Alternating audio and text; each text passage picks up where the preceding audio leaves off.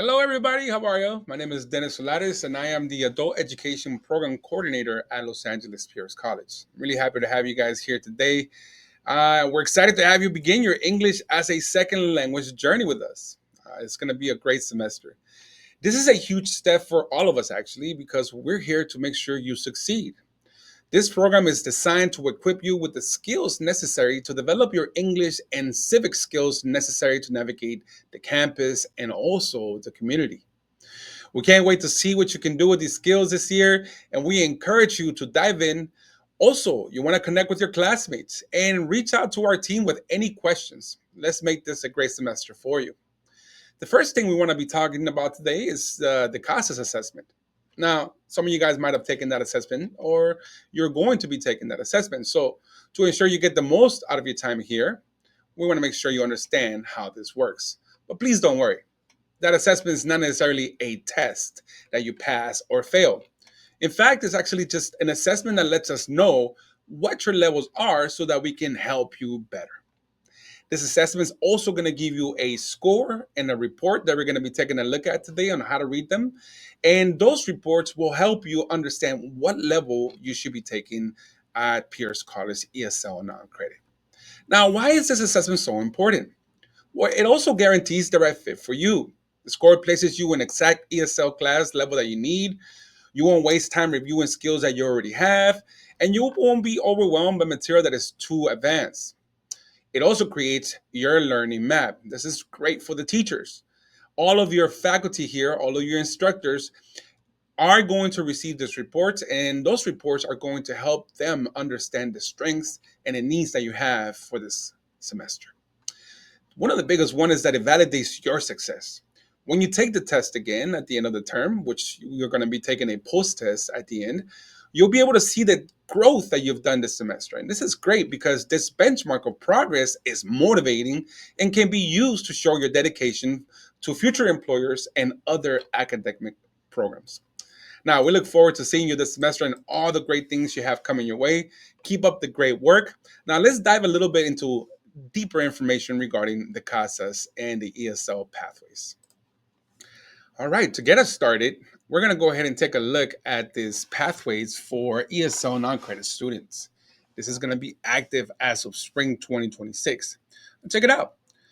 Each one of these is going to be a level for the core classes. These are going to be the main classes for ESL at Pierce College. Notice that it goes by level, and these are for life skills because the academic skills will happen for you in the credit side if you're going to move in that direction.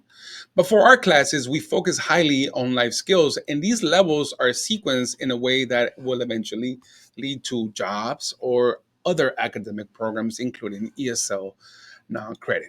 So when a student comes in during the fall or spring semester, we have them come into our ESL core classes, and the CASAS assessment. Notice here on the left, we have some ranges. Those CASAS scores will lead or help the student navigate what levels they should be at. Now, you might have registered into the wrong class, and that's okay because once you get those scores, we can help you navigate other classes so you are in the right class. Notice that these classes have these. So, for example, here I have ESL non-credit 007. I have ESL non-credit 008, and so forth. But these are not levels. The 7, the 8, those are class IDs. This is actually level 1, level 2, and sequentially level 3, 4, and 5. Notice that every single one of these sections or levels is attached to what we call a civics class. A civics class is there to help you navigate the community. These are skills for you to know how to take the bus, how to order medicine, how to call your kids school, how to understand the citizenship process here in the United States. So all of these sections are going to provide you with additional skills to be able to navigate the community. But when you take both of these together, notice that you have this little purple kind of like certificate icon. And that's because when you complete this and you pass them, you can earn a certificate every step of the way. So I encourage you guys to look at your schedules next semester and take the appropriate class from your CASAS score, and then look for the appropriate civic scores and register into that, because if you pass them, you'll be able to use that you're going to be able to generate a certificate. Now, why would you want to generate a certificate? Well, this is great for you to have proof of the level that you've acquired in that sequence for, again, employers or other academic programs. In addition to that, I also encourage you guys to look for additional classes. For example, we have pronunciation classes and conversation classes. So likely you can take some of these courses Monday through Thursday or Monday through Friday, and you can take these courses in the afternoon or maybe Saturday perhaps. Or maybe you can take Monday to Thursday and then Fridays and Saturdays. Look for the times that you have available, but I definitely encourage you guys to take the core classes in addition to the speaking classes or pronunciation classes, because that will help you develop the hardest part of the acquisition of the language, which is actually talking. Okay. Now, in the beginning here, we have an ESL non-credit 001 beginning 1 and 002 beginning 2. These classes are designed for like our summer and our winter. It's supposed to give you an overview of what's in the core classes, specifically at the level 1, at the very entrance level. These are also good for classes at the offsites to help students who are taking classes not at peers, but somewhere like an elementary school, for example. Then we give these to them so they can get more acquainted with the college. So that's the sequence that we have for the pathways at the campus. Now, what I want to do is show you some examples of some assessment scores, some CASAS reports. Let's take a look at them and read them. So let's take a look at this one here. I've just taken the score or this test here, and I took the form. Let me get up here real quick. Form 623R. What that means is that's the test that I took. Notice here at the bottom, I have the different forms from 621 all the way to 630. And in every form, notice that it goes increments of 1, right? 621 to 622. But the next level is 623 and 624. That means that the student's also growing with the form. So in other words, if you're scoring at 625, that is a higher form than the one that I took. It's a little more difficult. So keep that in mind, that the form number identifies the difficulty level, and the next, well, actually the most important part is the actual scale score. So in this assessment, I scored a 204, and that's going to place me here at level 1, which is pretty much a high beginning ESL score. Now, why is that important? Well, that's important because you guys, if you go back to the high beginning ESL, is going to be our level 2, which in our pathways here, right? Level 2 is going to be this one. So the score of 204, notice that in the form from the pathways, 204 lands us right here. So that puts us into the ESL 2 pathways and civic scores pathways as well too. So that's what that score means there. Now, the second most important piece of this report is going to be the skills. Notice that you've been tested in, or I've been tested in vocabulary, details, and main idea. And my score or my percentages are to the right side. So my teacher told me that I need to work a little more on my vocabulary. And I'm going to be able to get that through the class here. So the more I develop in the class, or the more I come to class, my vocabulary will increase. And I'll be able to score higher on the next test for this one. Details I did fairly well. So that means that I'm doing pretty well in understanding details in a passage or a reading. Now, main idea, I am at 67%, and this is all reading comprehension, right? Like we need to understand what reading comprehension is and how to tackle that. So during your class, you're going to be able to take a look at some of the skill sets or practice those skill sets. So that's the second most important part of the report. Now, on this side, we have reading competencies and reading task areas. Now, this tells you how many you got correct out of an X amount of numbers. So here I have 5 correct. So this was around maybe like 9 questions, right? I got 5 of them correct, leaving me with around 60% correct. I did really well in economics. So pay attention to your levels where you're scoring high as well, because that means that you're doing well and you're understanding in those sections. Look at this section. I got 100% in charts, tables, and graphs. That's a great skill set also for like taking a GED test, for example. So this is testing you in areas of how to navigate different things in the community and understanding those things so that they make sense to you.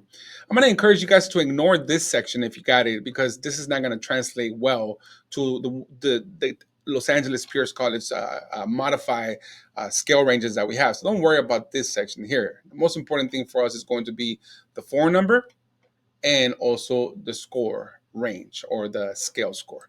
So again, don't forget on this score, I've actually got 204, which means that for my scoring, I'm in level 1. Now, my teacher told me that my next goal here is going to be, since I'm here, I'm in high beginning ESL. My goal is to be able to hit between 207 to 216 on my next assessment. Right? And that's because now I'm encouraging, right? My instructor is encouraging me to make that jump from that ESL 2 that I have here all the way up to an ESL 3, which is what we're aiming for at this point. All right. So again, this student scored a 204, which places them in the level 2. But the goal will be for that student to score between these ranges, 207 to 216, on the next post test, so that you can get that benchmark to know that you've increased your level. Let's take a look at another one. Here I have a 929 form, and the score is 221. The 929 form is a lot higher than the last form, so that means that this student is taking a harder test, and their score ranges is 221. So that student is around this area at 4. So they're around ESL 4 at the high intermediate ESL. That's what they should be registered into. And that student is going to be asked to aim, or the goal for this student, or say it was me, is to aim for 228. So in other words, to go from the high intermediate ESL into the advanced ESL at that point. All right. So that's what we're aiming for in regards to when we see the scores and kind of where it places you, so you have a bigger understanding. Now, some of you guys, let me take a look at one more specific one here, might have received a score where you might be taking the conversation classes or the pronunciation classes, and you got tested for listening in that class. And when you got your reports, you actually got both scores embedded into the one report. So this is what happened here when I took that assessment. Notice that I have 623 for my listening for the form and 629 for my reading. We kind of saw an example of a 629 right now. That's a 221, right? So I'm again similar to the one we saw earlier. 221 is going to be in this range of 4. That student's going to be aiming for 228 and above to 238 for the following test. But for the listening, we have to take a look at a different range. We're going to take a look at it here. So again, here is listening. And this person scored in the form of 623. So regards to forms, they're here. And remember, we want to keep on incrementing those form numbers. And to gauge it, we have the scale score of 182. So this student's right here, right? And this is in the speaking ability and the listening abilities. They're around this level. So this student is going to get encouraged to they're here right now, but they're going to get encouraged to go into from low beginning ESL to the high beginning. So if they got 182, the next goal will be 182 to increase those. So as you're going through the class, as you're taking on the lessons, as you're coming every single time that you can, all of those skill scores are going to be increasing, because by nature, the practice is going to help you increase those scores. And don't forget, the listening scores also have a very specific detail of the skills tested. We have vocabulary, details, main idea, inference, point of view, and supporting evidence. Look at those scores there. I have lots to work to do there. So the student will be asked to increase these levels on the next test. Again, this section has how many correct I got in those sections. And I encourage you to ignore this section, as I have guidance differently that your instructors will be talking to you about in those levels. Okay. All right, this is awesome. Once again, I want to make sure that you guys have access to this form. So one thing that I encourage you guys is that if you wanted to see this again, hopefully you get a copy of it in your class. But also, this is going to be available in our website at www.lapc.edu/academics/AE, as in adult education. I really hope that this video was helpful to you. If you have any questions, please send them my way. I'll be posting my email at the end of the or on the message here, so you guys can email me or ask your instructor as well too. Thank you.